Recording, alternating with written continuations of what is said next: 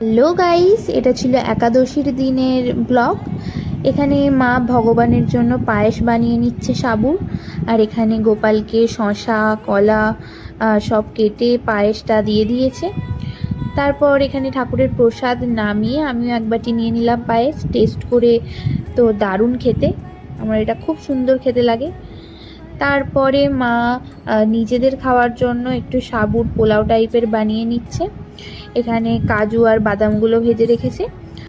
তোমরা যদি সম্পূর্ণ সাবুর পোলাওয়ের ভিডিও চাও তাহলে আমি পরে দিয়ে দেবো, কমেন্ট করে জানাতে পারো। তারপর এখানে মা সুন্দর করে পোলাওটা বানিয়ে নিল। অনেকটা হয়ে গিয়েছিল বলে একটুখানি নামিয়েও নিয়েছি। তারপর এখানে রেডি হয়ে গেছে পোলাও। এটা খেতে আমার দারুণ লাগে। টেস্ট করে দেখলাম সব পারফেক্ট আছে। মা যেদিন থেকে একাদশী শুরু করেছে এত সুন্দর সুন্দর নতুন নতুন খাবার আমরা টেস্ট করতে পারছি। এই ছিল আজকে ছোট মিনি ভিডিও। ভালো লাগলে লাইক করে দেবে। Bye bye.